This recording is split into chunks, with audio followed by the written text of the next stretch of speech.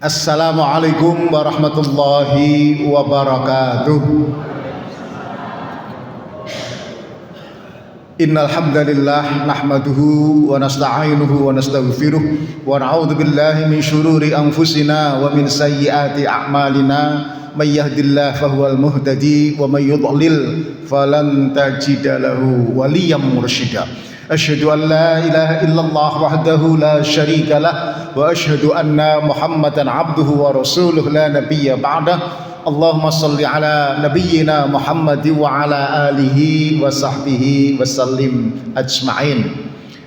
Bapak Ibu berhadirin yang kami hormati, wabil khusus pengurus PCM Waru ya.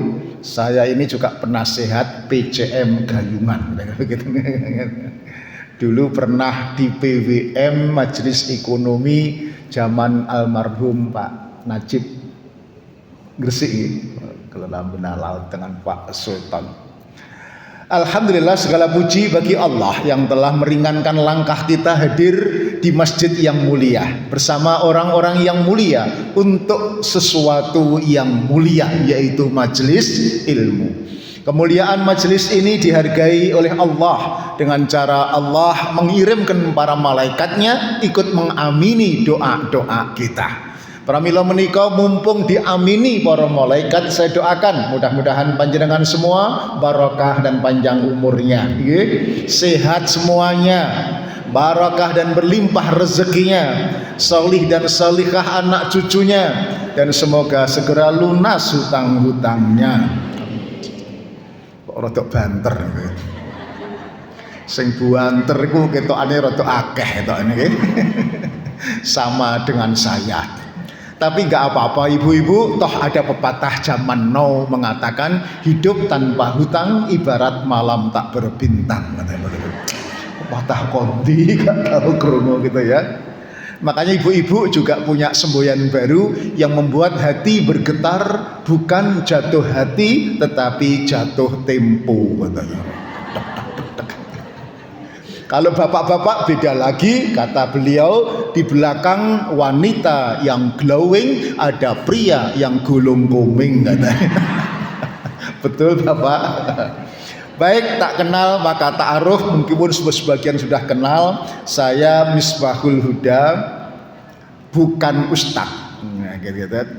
Maksudnya bukan ustadz lulusan pesantren atau IAIN. Saya itu alumni teknik elektro Gajah Mada, jurusan teknologi dakwah. Jadi rodo angel jurusan teknologi dakwah ini. Karena sepanjang kuliah saya aktif 2 tahun terakhir di pondok Padepokan Budi Mulia. Guru saya kebetulan keren-keren di Muhammadiyah. Guru saya itu 3 ketua umum PP Muhammadiyah.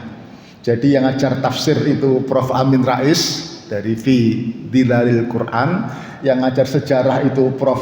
Syafi'i Ma'arif, yang mengajar terakhir itu Prof. Yudahar Ilyas almarhum, termasuk Pak Said Hulili yang mengajar laboratorium dakwah, itu guru-guru saya waktu di Jogja. Karena itu saya tidak bertausiah atau berceramah, tetapi mungkin lebih tepat berbagi bagaimana menangkap spirit Ramadan dalam kehidupan atau era yang penuh ketidakpastian ini. Ini pengalaman leadership saya, jadi macam-macam. Pernah Direktur Utama Temprina, Dirut Tem Adi Prima, Powerplan 30 Mega, JP Book, pernah di PTPN, pernah Rektor Universitas Al-Falah dan macam-macam. Tapi ngapunten itu masa lalu, sekarang sudah pensiun semuanya. Jabatan terakhir tersisa tinggal ketua RT. Sama sedikit punya bisnis properti. RT saya kecil tapi keren karena bertabur bintang. Warga saya ada polisi jenderal bintang 2, ya Pak Iqbal, Kapolda Riau. Ada lagi Wakapolda di Kalimantan. Ada Wakasal jenderal bintang 3. Ada bisa bayangkan kalau sebuah RT warganya saja bintang 3, bintang 2, bintang 1. Kira-kira Pak RT-nya bintang berapa? Betul, Ibu bintang 7 alias pusing gitu, alias mumet kira-kira. Saya menulis buku, beberapa buku semua tentang spiritualitas. Ya. Spiritualitas kerja, spiritual leadership, spiritual parenting, terakhir bukan sekedar ayah biasa, artinya ayah luar biasa, bukan ayah biasa di luar, kira-kira begitu. Kemudian ini juga buku-buku tentang pensiun planner. Baik, kita mulai. Spiritual puasa di era disrupsi atau ketidakpastian. Bapak Ibu, seperti kita sadari, kita alami, dunia telah berubah dengan sangat cepat dan penuh ketidakpastian. Betul? Para akademisi membuat istilah namanya akronim VUCA. V volatile, U uncertainty, C complexity, A ambigu. Oh, apa iku? Nek cara Surabaya ruwet pol. Ruwet pakai pol. Sedemikian ruwetnya sampai mantan Mendiknas Prof. Dr. Muhammad Nuh menggambarkan tantangan kehidupan lari kenceng seperti deret ukur, sementara kemampuan kita menghadapi perubahan ini jalannya lamban, tumbuhnya lamban seperti deret hitung. Masih ingat matematika SMP, deret ukur, deret hitung. Kok yang belakang diem? Kita anim biyen gak iso, saiki lali gitu nih. Ukur menika 1, 3, 5, 7, 11, 13, 17, 23. Masih ingat ya? Tapi hitung itu 1, 2, 3, 4, 5, 6, 7. Artinya tantangannya tumbuh kencang, kompetensinya timik-timik tumbuhnya. Sehingga semakin kemari semakin banyak orang yang tidak siap alias gagap menghadapi masalah-masalah kehidupannya. Gak usah mikir negara, mikir satu ayat, ku anfusakum wa ahlikum naro, niku bukannya sulit tetapi sulit sekali. Betul? Satu, golek rezeki sing halal sing thayyib. Angel apa angel banget? Daya beli masyarakat lemah. Pemerintah anggaran programnya macam-macam, gak duwe duit, betul? Wis dintekne sing dik wingi gitu. Sehingga efisiensi di mana-mana. Sehingga kita ini dodolan opo gak payu-payu. Nggih. Sing tuku gak teko-teko, sing teko gak tuku-tuku. Ndelok tok begitu. Saya punya properti. Sing njaluk brosur tuh ratusan, sing ngenyang sitok gak ono. Ya Allah. Ngopeni anak pendidikan. Muhammadiyah concern kepada pendidikan. Enggak mudah meskipun sekolahnya mentereng. Ya, gimana enggak? Contoh, zaman saya masih punya anak kecil, nyun sewu, anak saya 6, cucu saya 14. Sugih pol ya. Ketika saya masih punya anak agak kecil, rada enteng. Pokoknya anak di rumah nggak keluyuran keluar rumah, selesai masalah. Hari ini anak di dalam rumah neng jero kamar dikunci, dibengoki gak metu-metu, mergo kupinge disumpel pakai headset. Masalah napa masalah? Di luar rumah bermasalah, neng jero kamar bermasalah. Tak bingung tah? Didokok endi anake saiki? Sedeng dilebokne weteng neh nggih. Tapi enggak sedeng pisan. Zaman saya dulu pokoknya anak-anak tidak deket nempel lawan jenis aman. Hari ini kok anak nempel sesama jenis aman atau gak bahaya tah? Bingung toh? Kalau pacaran lawan jenis putus selesai. Kalau sesama jenis hati-hati, putus urusannya nyawa. Masih ingat Rian Jagal Jombang membunuh 13 temannya, dimutilasi, usut ternyata teman lama LGBT.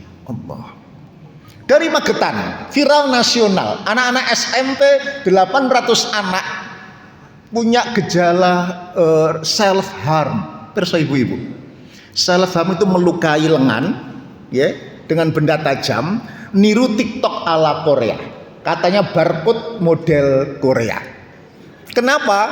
Nggak tahan dibully. Siapa yang membuli? Saya kira temannya. Ternyata diusut oleh kepala sekolah, dibully oleh orang tuanya. Kaget toh. Apa ada orang tua membuli anaknya? Halo? Ada?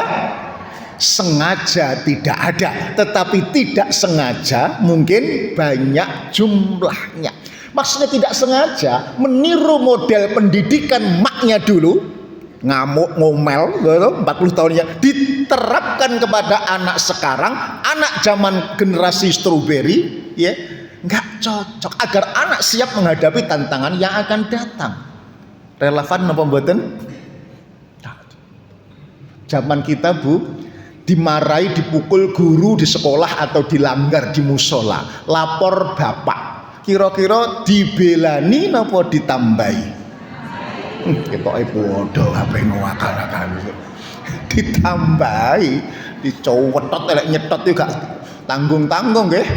Paha bagian dalam. Oh iya aku. Enggak merasa dibully, aman-aman saja kan?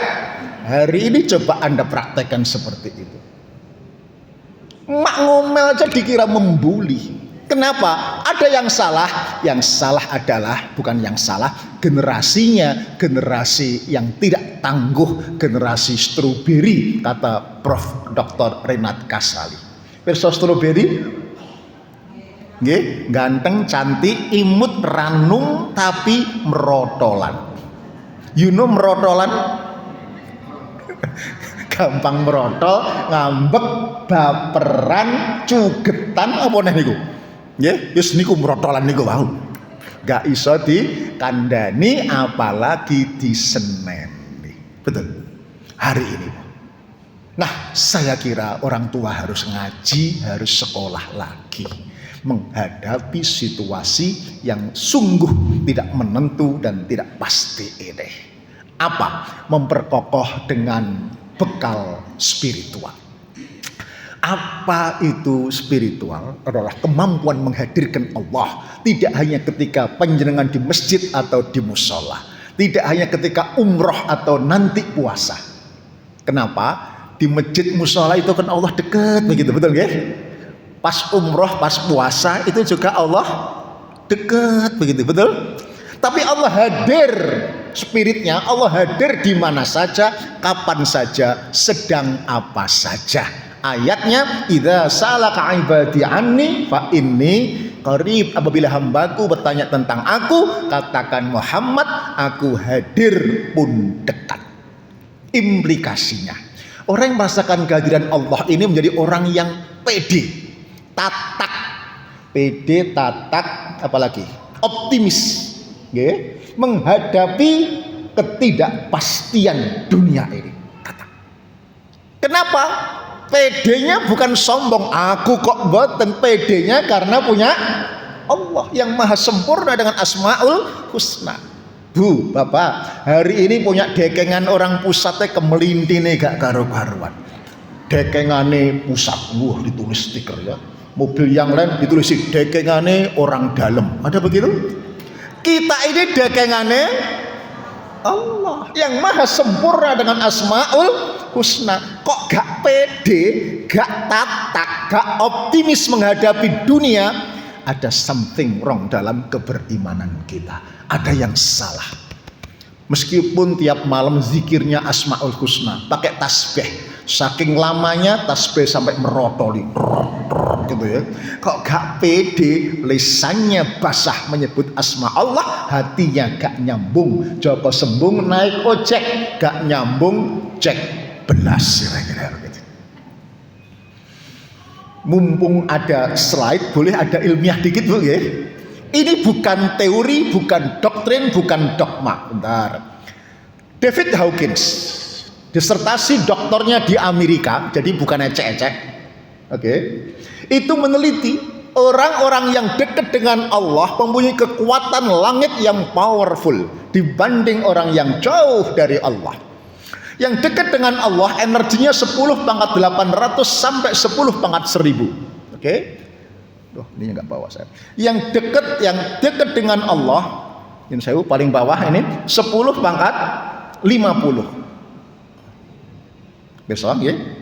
Artinya orang-orang yang dekat dengan Allah mempunyai kekuatan langit, kekuatan spiritual yang powerful. 10 pangkat 800. Sehingga masalah besar menjadi kecil, masalah kecil seolah-olah tidak ada masalah sama sekali. Anda punya masalah, Allah punya solusi. Anda punya kendala, Allah punya kendali. Sebentar. Masih ingat kurva pangkat Ibu? Lupa saya. Kurva pangkat matematika SMA, eksponensial atau logaritmis. Masih ingat? Nah, ini katanya gak mlebu mbiyen gitu. Jadi kurvanya itu bukan naik pelan begini, tapi naiknya melenting. Masih ingat ya? Seret, masih ingat ya? Artinya sekali lagi, orang yang dekat dengan Allah mempunyai energi ketuhanan spiritual yang powerful tadi. Sehingga Anda punya masalah, Allah punya solusi. Anda punya kendala, Allah punya kendali. Sebesar apapun masalah Anda, Asmaul Husna lebih besar ketimbang persoalan kehidupan Anda. Orang di level ini disebut mayyattaqillah yaj'al lahu makhraja wa yarzuqhu min haitsu la yahtasib. Orang yang takwanya level seperti ini merasakan kehadiran Allah, diberikan jalan keluar seluruh persoalan kehidupannya dan rezeki dari arah yang tak terduga-duga. Perhatikan suasana kebatinannya, emosi, berarti emosi ya. Orang yang dekat dengan Allah itu bahagia tak terlukiskan, tenang, hening, rasa hormat yang mendalam, mengerti, memaafkan. Apapun persoalan dunia, dia optimis, penuh harap, anti sambat. Nah, sing gini sambatan itu perlu dikoreksi gitu. Anti sambat. Itu orang yang ridho bahasanya, ridho qadha dan qadar Allah, nggak sambat, nggak meratap apalagi. Nah sebaliknya, orang yang jauh dari Allah, perhatikan, emosi paling bawah, putus asa, perasaan hopeless, nggak ada harapan. Oke, putus asa, lajeng menghina, menyesali, menyalahkan, merendahkan, membuli, benci, apalagi SMS, suka melihat orang susah, susah melihat orang senang. Ibu, kalau orang di kelompok ini perhatikan, sekaya apapun dia, sehebat apapun jabatannya, nggak pernah bisa bahagia. Betul? Kaya, mau rumahnya itu tingkat sudah kayak istana, mobilnya premium, tetapi dasar benci, dengki, iri, tetangga renovasi rumah adem panas gitu. Tetangga beli mobil pingsan malah dia gitu. Kenapa Ibu? Kenapa? Karena hati yang jauh dari Allah, iri, nggak ridho. Intinya kan nggak ridho, wis, nggak neriman, nggak qanaah dengan pemberian Allah. Nah, saya balik sedikit lagi. Ini scientific, ilmiah. Disertasi ini saking baiknya diterjemahkan dalam buku The Power versus Force. Kalau mau dasar disertasi dokter, mocone rada wangel ya gitu dulu. Baik, kembali ke tadi. Nah, sayangnya kenapa tak beri judul Spirit Ramadan? Spiritualitas ini lemah di kalangan umat kita. Kuatnya di ritual.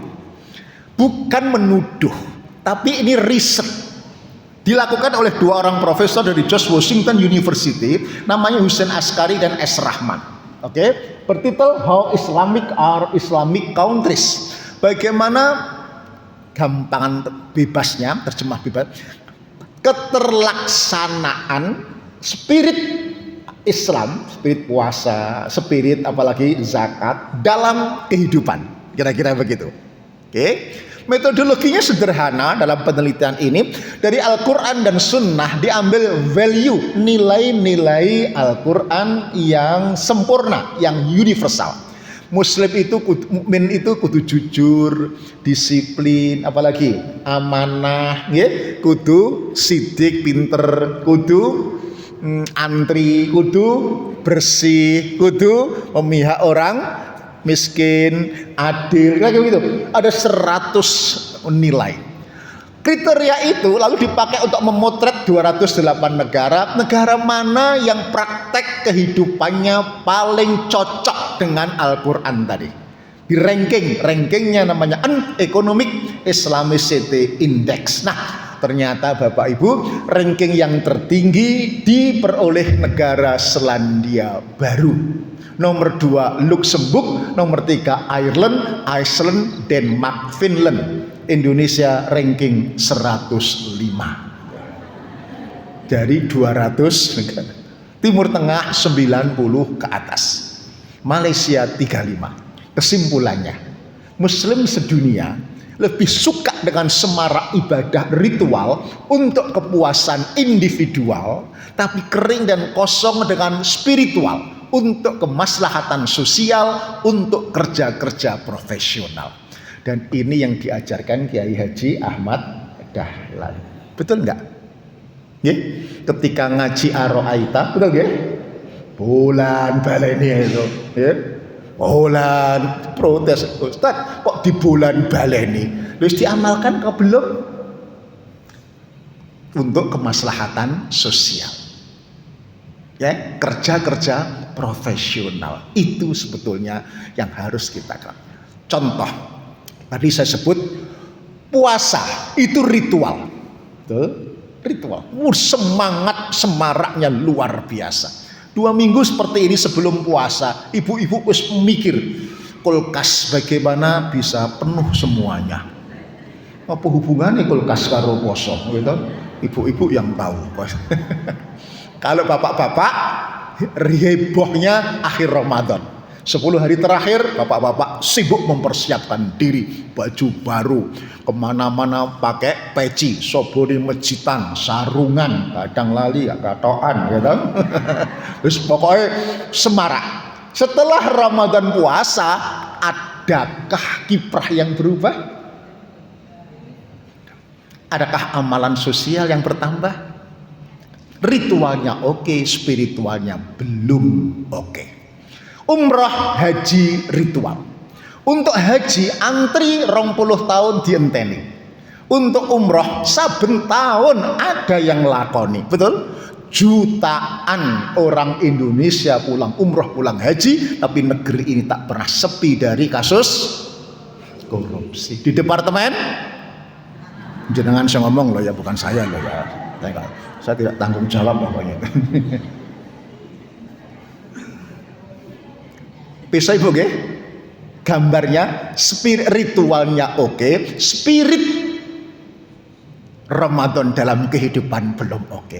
Spirit zakat haji, spirit salat dalam kehidupan yang belum oke. Itulah mengapa buku-buku saya selalu bicara spiritualitas, spiritualitas, spiritualitas. Rasulullah itu hebat karena matang spiritual. Perhatikan, Rasulullah itu gak sekolah, gak kuliah, gak maca buku karena ummi, tetapi menjadi pemimpin yang dalam buku Michael Hart 100 tokoh yang paling berpengaruh di dunia nomor 1. Ya, padahal gak sekolah, gak kuliah, gak maca buku. Apa? Matang spiritual. Perhatikan, 6 tahun sudah jual jasa gembala kambing, matang. Kelas 1 SD, umur 12 tahun sudah ikut berdagang, ikut pamannya ke negeri Syam, magang. Kelas 6 SD itu sudah berdagang sampai negeri Syam. Syam itu bukan pasar turi loh Bu. Syam itu 1000 km dari Mekah, naik onta 1 bulan. PP 2 bulan. Ya. Satu periode, misalnya 3 bulan. Oke. 17 tahun SMA kelas 3 sudah jadi fund manager regional trading company. Berarti kan, betul? Dipercaya membawa dagangannya Bunda Khadijah sampai Irak, Iran dan Syria. 25 tahun sudah kaya raya. Buktinya ketika Minang Khadijah mas kawinnya 12 ons emas dan 20 ekor unta merah. Sekarang kira-kira lebih 1 miliar rupiah. Pengumuman Bapak Ibu, siapa yang waktu menikah mas kawinnya belum 1 miliar tolong angkat tangan. Ada? Ngapunten disampaikan ke suami, kalau ikut sunnah Nabi tolong digenapi ya. Ini sunnah Nabi loh ini. Ada sunnah Nabi bab celana tok, sunnah Nabi ya sing dermawan ngono lho. Wong karo bojone kok pelite gak karo-karuan. Itu sunnah Nabi sebenarnya. Nabi itu loh nek gak duwe duwe iya entengan memuji istrinya, betul? Panggilan Nabi tiap hari apa? Ya Humairah, wahai yang pipinya merah delima. Memberi, memuji, betul? Mak hari ini sudah mencoba meniru Aisyah. Pipinya dimerah-merah dengan blush on. Kadang-kadang kemerahan, kadang-kadang gak roto pisan ya teh. Sedihnya itu gak pernah dipuji sama suaminya. Kasihan deh lu. Baik, kita teruskan. Iya, spiritual. Kembali. Bagaimana spirit puasa kehidupan ini untuk tatak PD menghadapi masalah-masalah yang akan datang.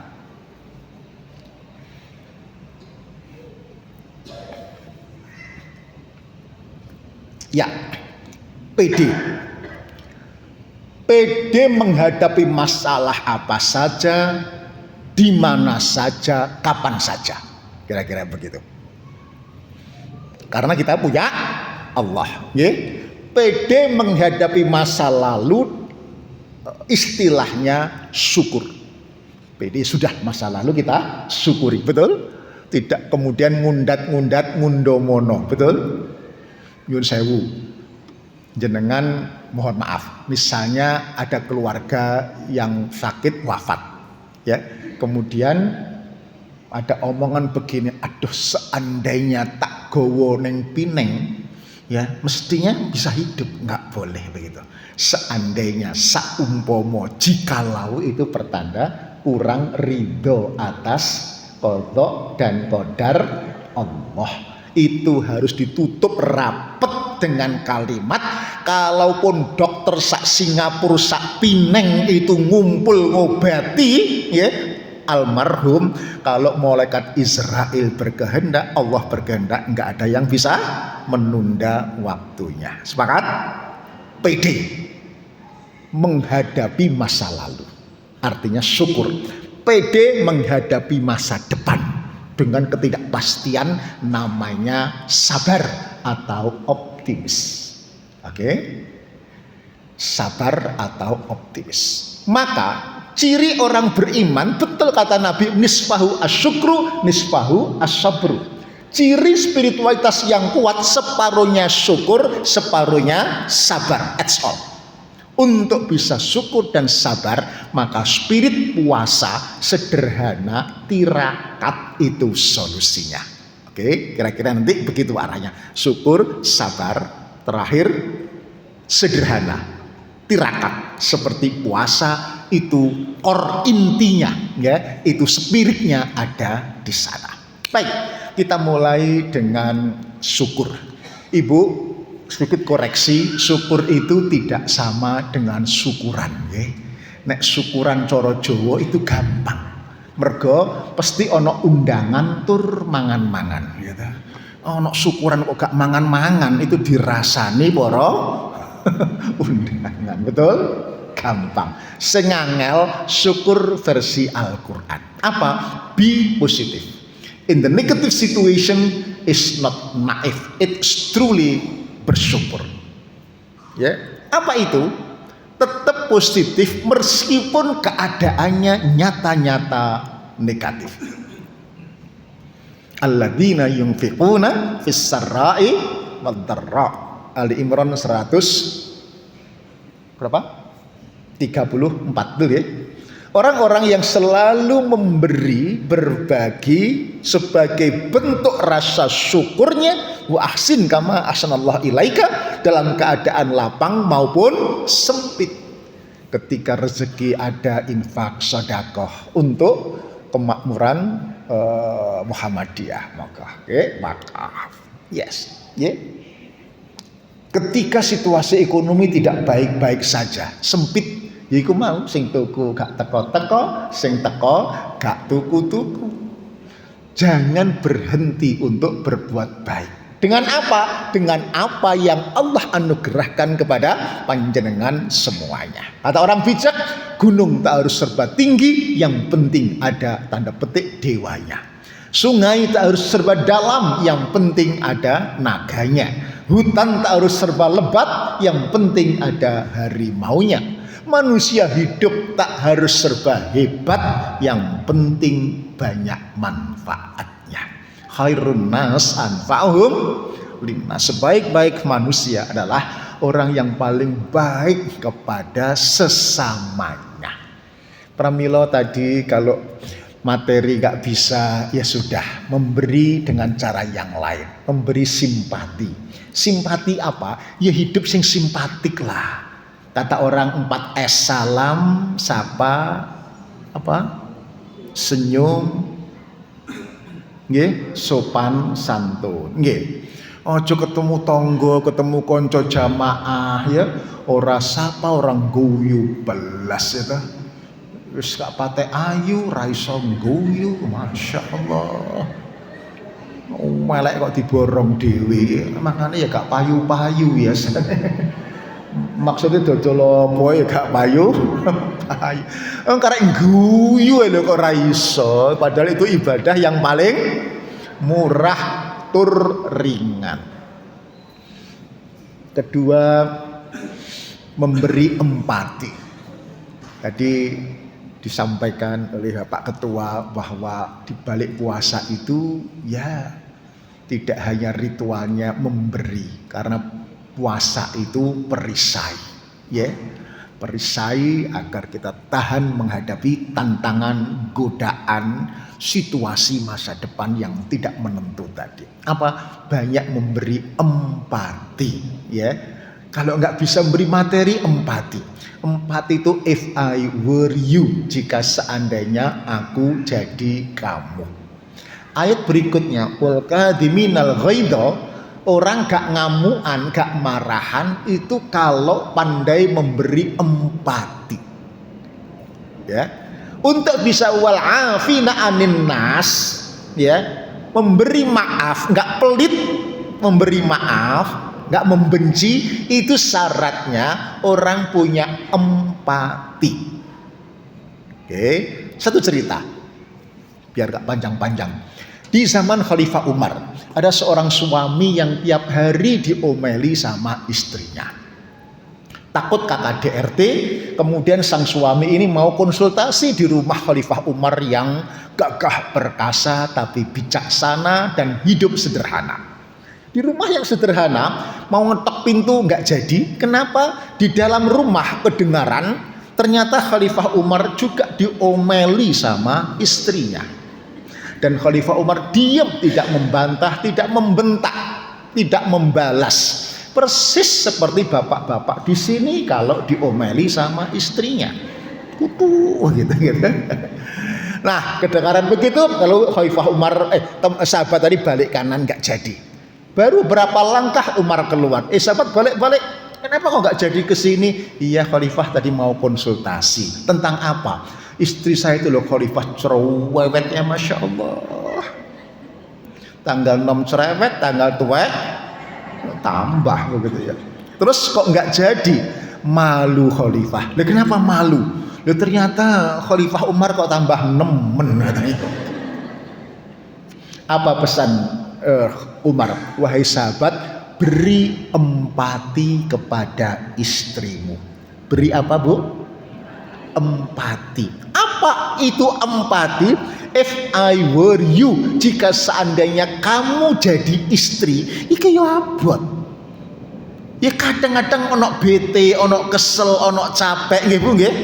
Gimana nggak capek subuh-subuh isu-isu isa-isa, mari ngono olah-olah, mari ngono umbah-umbah, mari ngono ngeterne sekolah bocah-bocah, sore jemput sekolah, ngisak lagi turu mbok gugah gitu. Ya kesel lah. Nek kadang-kadang ngomel ki ya peloken kira-kira begitu lagi. Nah, memberi empati untuk wal kadhiminal ghaidha, gak ngamukan, gak marahan, gak emosian, gak baperan. Ramadan perisai di jalan raya, beri empati ben gak ngamukan, gak stres. Kan masuk daerah sini kan mau macet pol nggih. Apa nek Jumat sore bayah nek kula dijatah jadwal mriki ngisi pengajian Jumat bar magrib niku stresnya untuk luar biasa niku. Masya Allah, wis dari padahal rumah saya itu kan Gayung Sari Barat niku. Mriki lan celat to nggih. Tak hitung setengah jam niku lho, cemot-cemot gak ubah ning jembatan. Masya Allah. Bu, di tengah-tengah antri macet seperti itu, lagi tiba-tiba ada mobil nyelip menelikung seenaknya, seret begitu. Pernah napa sering? Sering. Pilihannya ada 3. 1, jenengan diem di belakang, ya diem, tapi ngomel-ngomel. Supir goblok gak duwe SIM SIM tuku gitu. 1. Nomor 2, gak terima, mencoba untuk nyelip. Ketika sudah paralel, wong Surabaya nih, kaca pintu kiri dibuka, seret, misuh, begitu. Nomor 2. Nomor 3, gak terima misuh, dipuwepet, dijak minggir, jak medut, diajak berantem. Ada yang seperti itu? Jenengan pilih nomor berapa?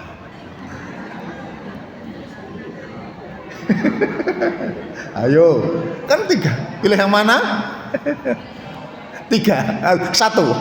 Kenapa gak pilih nomor 4? Nomor 4 itu diam di belakang tapi gak ngomel-ngomel lah. Ridho. Bisa nggak?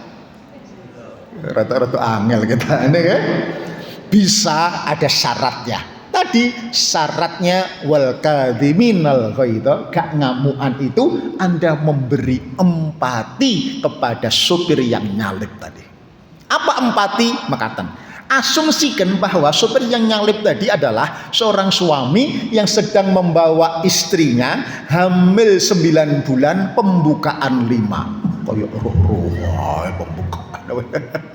Artinya nek gak buru-buru nang rumah sakit iso mbrojo di tengah jalan. Betul?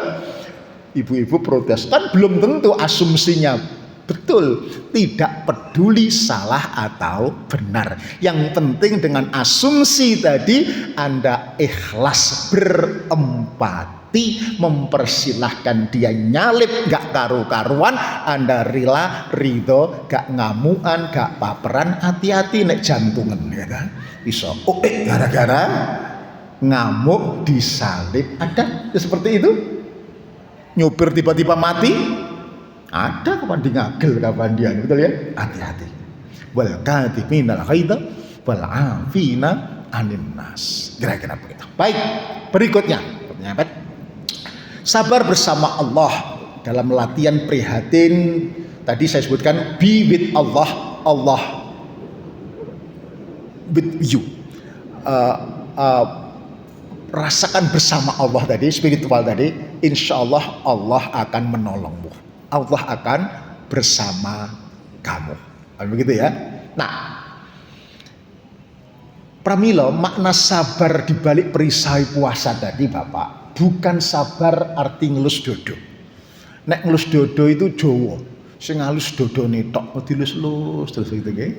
Sabar versi Al-Qur'an itu adalah bersama Allah menghadapi masa depan, ujian kehidupan. Imam Ibnu Athaillah Al-Askandari, penulis buku Al-Hikam, berpesan, kalau panjenengan mendapatkan banyak cobaan di tahun-tahun mendatang, ini jangan seperti anjing. Pirsa anjing Ibu?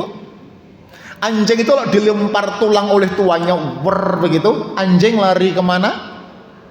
rebutan tulang sampai lupa kepada tuan yang melemparnya. Betul? Kita manusia punya iman, punya Allah. Ketika Allah melempar cobaan kepada kita, jangan menghadapi masalah itu sendiri dengan kesombongan akal budi. Lalu mendekatlah kepada Allah, zat yang melempar ujian. DP sama Allah. You know DP? Niki gak wong desa gak aruh niku. Napa bisa DP? DP takorup kepada Allah, betul, takorup kepada Allah. Bu, DP gitu, anak kita itu nuwakal, kon ngewangi mboke gak gelem belas. Tapi pagi itu kok pinter, ngewangi ngepel, ngewangi cuci motor, ngewangi ibuke blonjo, ngewangi macam-macam. Walah le kok pinter awakmu no. Biasanya setelah itu ngapain? Minta duit, minta sang. Itu DP namanya. Kepada Allah juga perlu DP. Caranya beramal dengan apa yang disukai oleh Allah. Puasa, tingkatkan puasa, tadarusnya, ya, tafahumnya, apalagi ya, tahajudnya, duhanya, infak sedekah terus ditingkatkan. Untuk DP sama Allah, mintalah kekuatan dari Allah, karena memang la haula wala quwata illa billah. Lalu bersama Allah hadapilah masalah. Bersama Allah hadapilah musibah. Itulah makna innallaha ma'as sabirin. Itulah makna wa basyiris sabirin. Allah bersama orang-orang yang sabar. Berilah berita gembira kepada orang-orang yang sabar tadi. Pramila di tabel tadi, orang yang sabar itu apapun ujiannya, wajahnya sumringah, senyum, bahagia, ceria, bersinar, orang mecudut manyune koyok bemu ngoten gitu. Itu cirang beriman. Ya, jangan dikira gak ada masalah. Loh, gak ngerti, penuh dengan masalah. Tapi wajah orang beriman menyenangkan. Ya, karena apa? Yakin punya Allah, solusi segala, memberi masalah tanpa masalah. Kira-kira gitu. Bukan pegadaian Allah. Pramila, pesan orang tua kita, nak li urip sepisan bebrayan mengarungi kehidupan, ojo gelek ngamuan, ojo marahan, ojo emosian. Sing sapa gelek ngamuan, marahan, gak sabaran, biasane budal disian. Budal tembunti Bapak Ibu, kuburan atau balik papan, betul? Gak percaya, survei membuktikan laki-laki harapan hidup lebih pendek ketimbang wanita. Rata-rata Indonesia laki-laki umurnya 65 tahun harapan hidup. Wanita Indonesia kata survei tembus 75 tahun.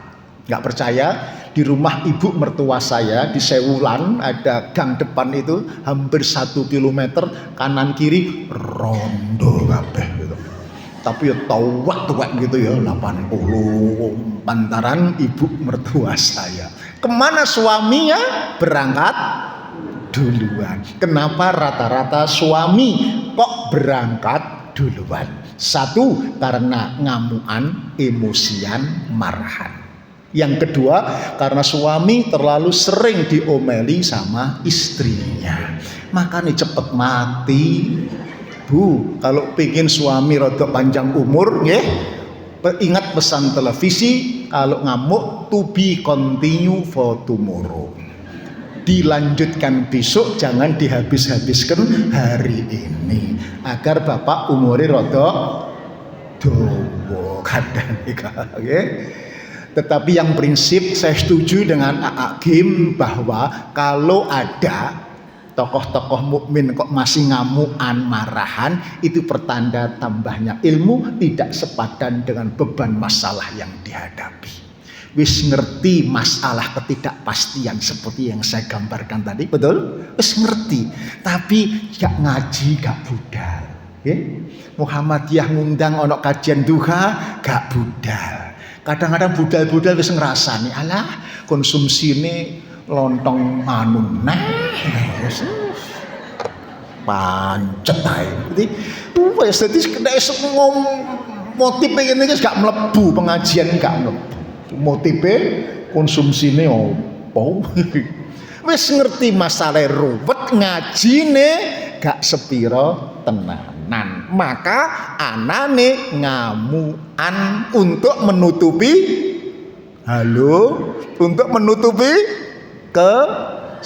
kekurangan dan kebodohannya. Betul enggak? Nek pinter sergap kaji bijak, melihat masalah itu bijak. Ya. Memang bisa hidup tanpa masalah. Bisa? Enggak bisa. Baca ayatnya. Wala nabluwannakum bisyai'im minal khauf wal ju' wa naqsim minal amwali wal anfus wat thamarati wa basyyiris sabirin. Enggak bisa. Diajari bapak saya balaghah asal nabluwa, ada lam taukid di depan, ada nun taukid tsaqilah di belakangnya. Sungguh pasti temen gak bisa mengelak, masing-masing panjenengan pasti diuji oleh Allah. Dan beda-beda ujiannya. Gak bisa mengelak. Nah, menghadapi dengan sabar itulah resep Al-Quran. Nah, terakhir, untuk bisa syukur dan sabar, resepnya hidup sederhana seperti pesan moral puasa, seperti spirit puasa. Puasa itu kan melatih sederhana, betul? Ono maem juga di maem, betul? Ya, masyone isuk gitu kaya yes kau kabeh dituku mau di maem bareng buka jeketek mari teh hangat wis kelenger. Nggih, betul nggih? Ini blonjo ngabuburit lho kaya aku. Itu saya gitu. Wotok kau kabeh arep di emplok kabeh bareng buka walah wis sederhana. Nah, baik. Mengapa sederhana? Bu, dengan sederhana panjenengan mudah untuk bisa bersyukur pun juga mudah bersabar. Kok bisa mekaten? Orang yang biasa tirakat sederhana itu pasti tahan banting, betul? Wong biasa gak duwe, biasa apa adanya, biasa terlatih bersabar. Masuk akal nggih? Yang kedua, tirakat kok mudah bersyukur? Narasinya mekaten. Ibu, minum teh panas manis ketika buka puasa enak napa enak tenan? Enak tenan. Sebaliknya teh panas manis sama tapi diminum setelah minum madu rasanya gimana? Gak ngalor gak ngidul, betul? Hambar. Sama. Jenengan biasa tirakat poso, minum teh enak luar biasa. Kalau hidup itu umbaran, gak tahu poso, gak tahu tirakat, umbaran, tau apa dimplok gak karu-karuan. Maka seperti minum madu. Dikai teh panas, gitu. Jangankan bersyukur, malah menghina. Teh rasanya kok kaya anune jaran gitu. Wong Surabaya ada begitu, nggak bisa bersyukur, menghina rezeki Allah. Ada begitu? Artinya apa? Yang salah tehnya apa sikap hidupnya? Paham ya?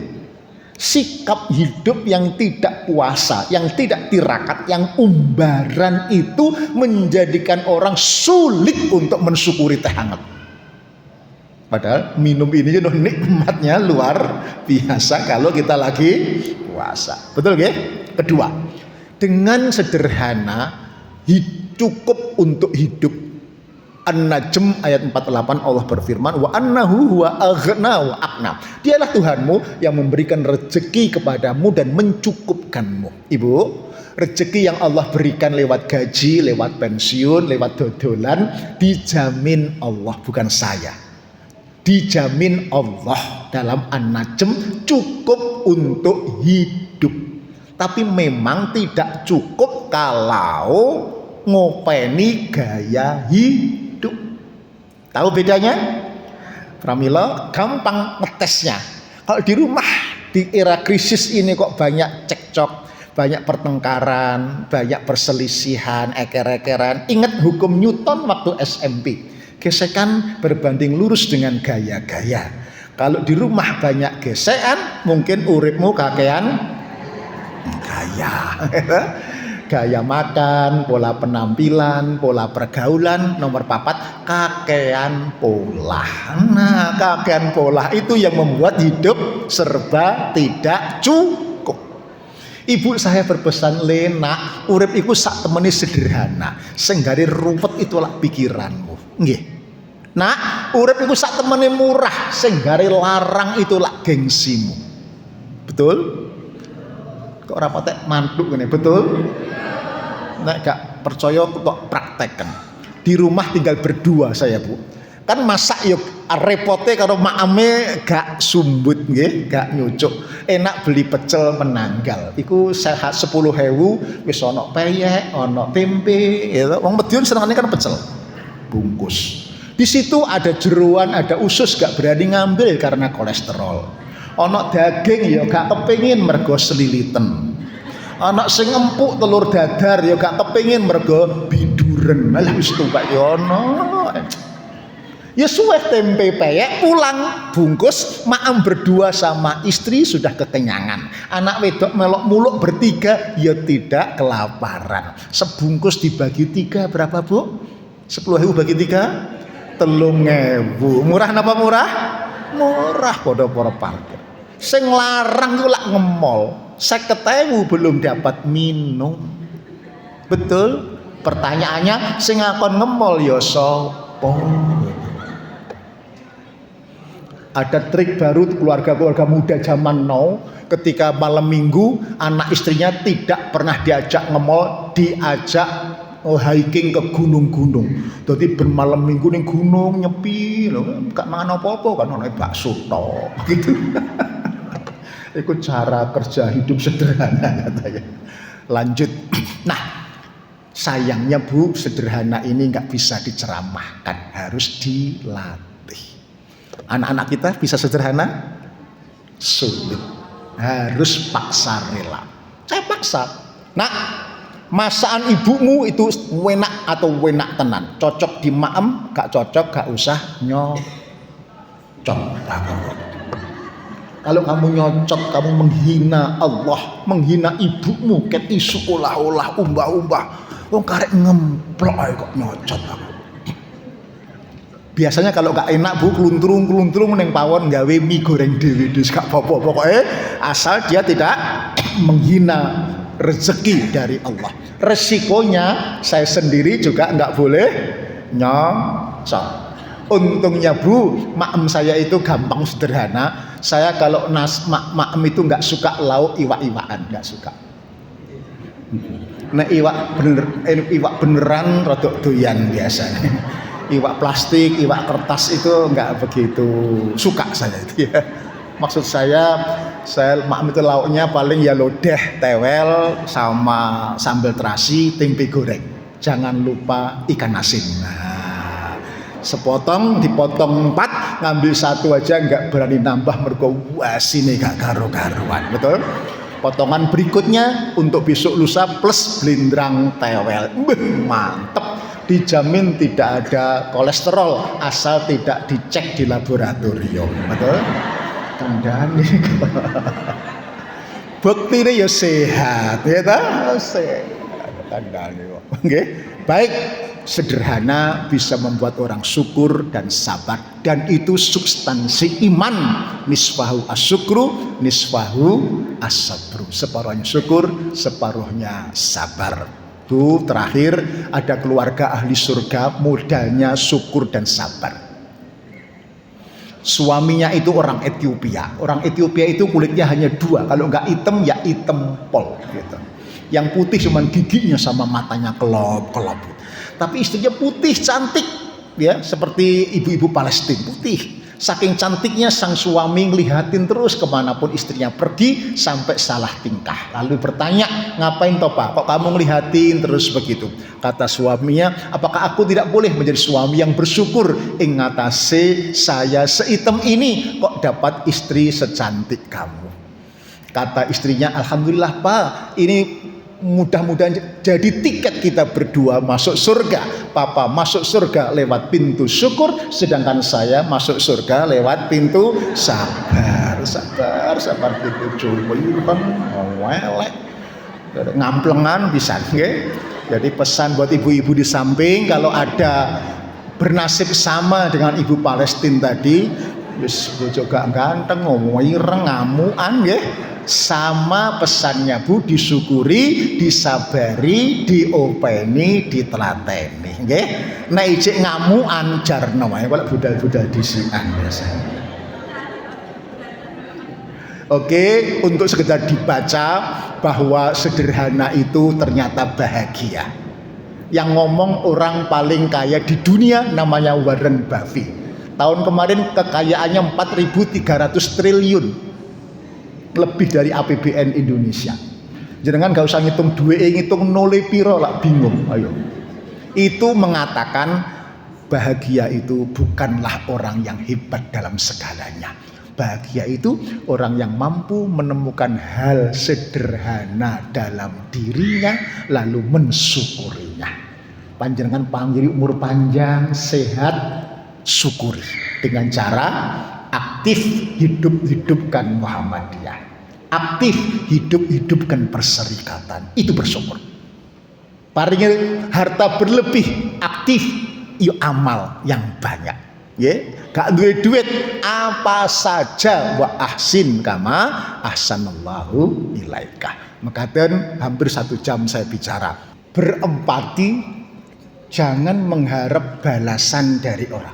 Haraplah balasan dari Allah. Ngomong gampang. Jenengan konsultasi sudah berempati, tapi membayari mulut gak dibayar-bayar. Kan kira-kira begitu kan ya? Jenengan sudah ahli berempati pada perusahaan, berharap gajinya 8 juta, ternyata cuma digaji 5 juta. Resepnya be positive in the negative situation. Tetap memberi, berempati meskipun duwe gak sepiro. Negative situation, betul ya? Negative situation. Kenapa?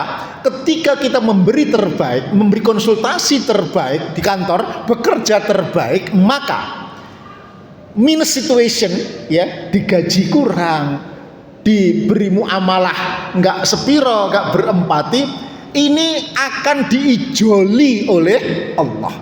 Ayatnya wa may ya'mal mithqala dzarratin khairan yarah. Diijoli oleh Allah, tapi Mas bukan barang, bukan uang, tetapi kebaikan, keberkahan, value. Nah, value, nilai, ini kata Einstein, itu kekal, nggak akan sirna, nggak akan hilang. Dia akan kembali kepada Anda dalam bentuknya yang berbeda. Apa? Biarlah Allah yang maha adil mengatur sebaik-baiknya. Kalau nggak sekarang, nanti kemudian didapat. Betul? Kalau nggak panjenengan diijoli oleh Allah, delalah ya, diijoli berupa anak-anak, istri yang qanaah, yang barokah, gaji gak sepiro, tapi delalah istrinya itu solihah, qanaah, ya. Persis seperti ibu-ibu yang sebelah ini kan wajahnya wajah-wajah yang solihah, ya. Qanaah, nriman, ya. Diparingi blonjo suami 1.000 sedina oleh legakne gak karu-karuan. Tangan suami dicium bolak-balik. Maksudnya ditunggale kok 100 tok kira-kira. Itu namanya neriman apa cerongohan bapak-bapak? Yus betul-betul didik lah gitu. Kadang bapak gaji gak seberapa, tapi anak-anaknya itu pinter, gak sakit-sakitan, gak ganyang, okay? Sekolahnya gampang, apalan Quran gampang, kuliahnya gampang, kerjane gampang, apalagi jodohnya gampang. Budi gampang-gampang angel loh ya. Ono emas nggo wanteng gede gagah dhuwur, HP ini telu gak ono pulsane kabeh gitu. Titelnya L5, liku-liku laki-laki yang gak laku-laku. Ada begitu? Artinya gampang-gampang angel. Mas, saya praktekkan semampu saya. Berempati tadi, karena pesan orang tua juga begitu. Ada orang datang minta tolong tak tulungi, ada orang minta nasihat, konsultasi, kan banyak. Ya tak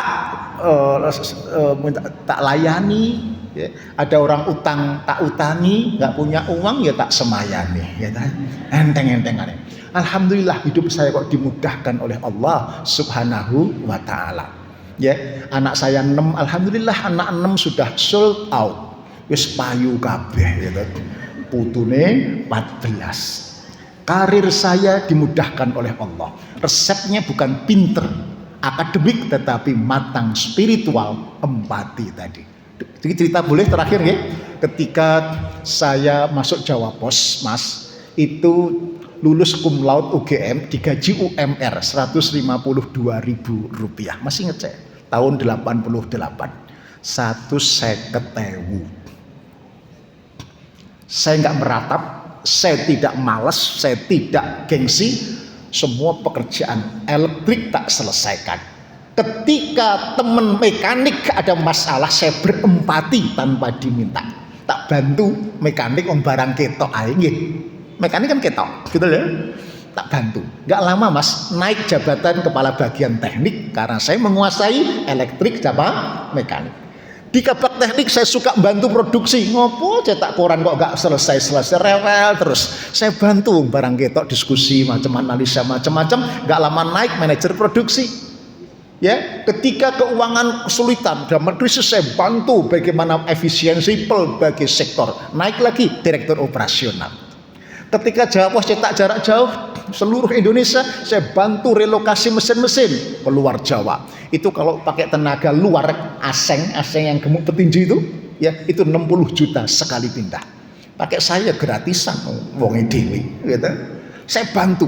Gak lama naik direktur utama Temprina. Umur saya 31 tahun. Saya naik karena empati, bukan ngarep gaji. Ya. Ketika di Prima pabrik tas punya, saya bantu mereka naik lagi 41 tahun rangkap 4 direktur utama. Dirut Temprina, Dirut Adi Prima, Power Plant, JP Book. Umur saya 41 tahun. Kecepatan 50 tahun pensiun semuanya. Sekarang ketua RT tadi. Kesimpulannya karir yang saya tempuh bukan uang. Sekali lagi ya. Pikir saya bukan karena cerdas intelektual tetapi matang spiritual, membangun empati di keluarga, di rumah tetangga atau di tempat kerja. Jadi sukses bukan hanya pinter tetapi kalau goblok ya ndak lah, kira-kira begitu kan? Setuju? Yakinnya jangan ngarep, nanti kecewa. Ngareplah sama Allah. Allah Maha Adil. Udah. Ya, kalau nggak sekarang nanti kalau bukan kamu yang dibales, anak cucumu dimudahkan oleh Allah, sekolahnya, kuliahnya, semuanya.